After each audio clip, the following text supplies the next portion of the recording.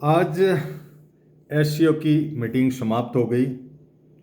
चीन के राष्ट्रपति और रूस के राष्ट्रपति, इनसे भी बात हुई, बाकी लोगों से भी बात हुई। हमारे प्रधानमंत्री जी की 10 सदस्य का एससीओ का ये समिट थी और चीन इसको होस्ट कर रहा था। चीन से ये बनी थी शंघाई कॉरपोरेशन ऑर्गेनाइजेशन, एससीओ जो है।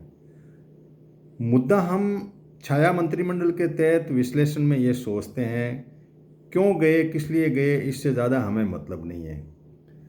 हम सिर्फ इस बात से मकसद रखते हैं कि हमारा देश का प्रधानमंत्री ट्रेड के वार में हम फंसे हुए थे, इसलिए ट्रेड की एक दिशा हमने तय करने के हिसाब से कि यार कुछ अच्छा मान रहे हैं, कुछ बुरा मान रहे हैं। हम भी कह रहे हैं ठीक है, जो भी होगा वो अच्छाई या बुराई का रिजल्ट बाद में आएगा।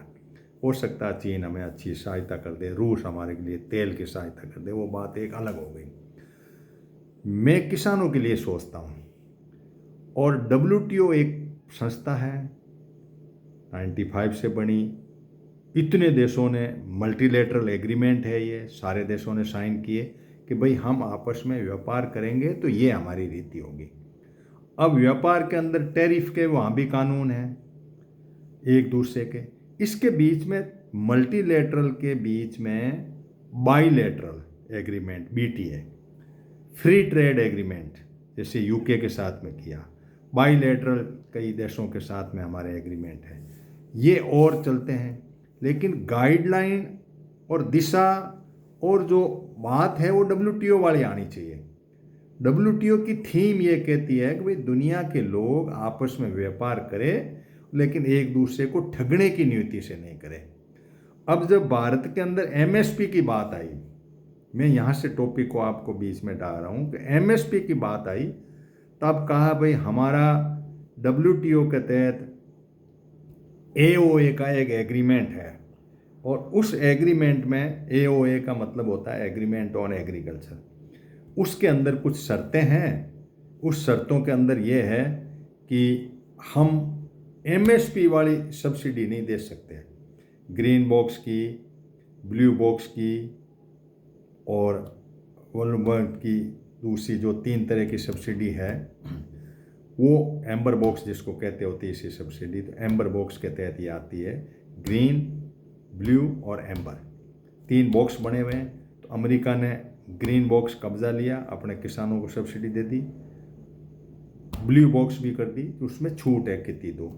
एम्बर बॉक्स को जब आप खोलते हो तो 10% की लिमिट लगा दी, डेवलप्ड के लिए 5, डेवलप्ड कंट्री के 5, और इसमें इससे ऊपर नहीं खर्च करोगे, इसलिए हम किसानों को MSP नहीं दे पाएंगे। ये भारत सरकार की इंटरनेशनल नीति के तहत ये बात उठी, सुप्रीम कोर्ट तक भी बात कही कि MSP क्यों नहीं दे सकते, कि हमारा 10% से ऊपर किसी को भी सब्सिडी नहीं दे सकते।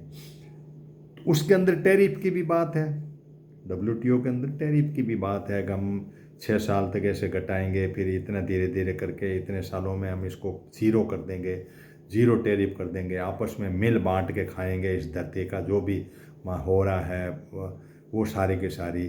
क्योंकि अर्थ ओवरशूट डो का जो कंसेप्ट है, जो वैज्ञानिकों ने 1970 से लिया, वो ये कहता है कि करीब करीब 2 अगस्त के आसपास, ये 24 का जो है, 2 अगस्त के आसपास पूरी धरती पर मनुष्य के खाने की चीज़ें लगभग समाप्त हो गई है। आपस में मिल बांट के खाओ वो अलग बात है। ऐसी सारी स्थिति में, क्योंकि कतर जैसे में 2 तारीख, तो अर्थ ओवरशूट डे तो ये कहता है कि इस पृथ्वी की बायो कैपेसिटी, यानी जो भी फल फ्रूट मांस मछली फसल मिल रहे हैं वो जल्दी ख़त्म हो जाती है। तो अब आपको कैसे जी रहे कर रहे हैं, इसका एक तरीका है कि भाई हम कहीं ना कहीं इधर उधर से एक्सपोर्ट पे, कुछ देशों के पास 100 से ज़्यादा है, किसी के पास 10% ही पैदा होती है, कई देशों में नहीं, इसलिए ये ट्रेड का मॉडल आया।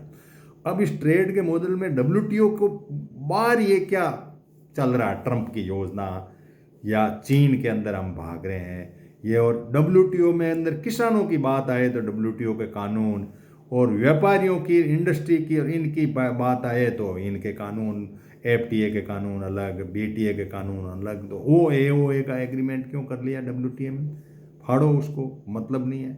और क्लॉज 17 में कह दिया 2017 तक ही इनको देंगे, ये 85,000 को भी आप नहीं दे सकते, दुनिया के लोग भूखे मर रहे हैं। तो ये चीज़ें हमें देखनी पड़ेगी कि ये अंतर्राष्ट्रीय समझौते जो भी हो रहे हैं या अंतर्राष्ट्रीय मीटिंगें हो रही है, ये यूं ही हवाई जहाज उठ के चल दिए, आप उसमें तालियां मिला ली और कर लिया, दस्तखत करके आ गए, और भारत के देश की या देसी देश की जनता रोए।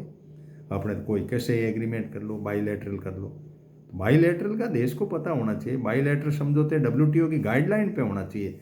तो ये मैं जानना चाह रहा हूँ कि भाई WTO का जब है MSP पे लागू है, इस पे क्यों नहीं है, ये बात पता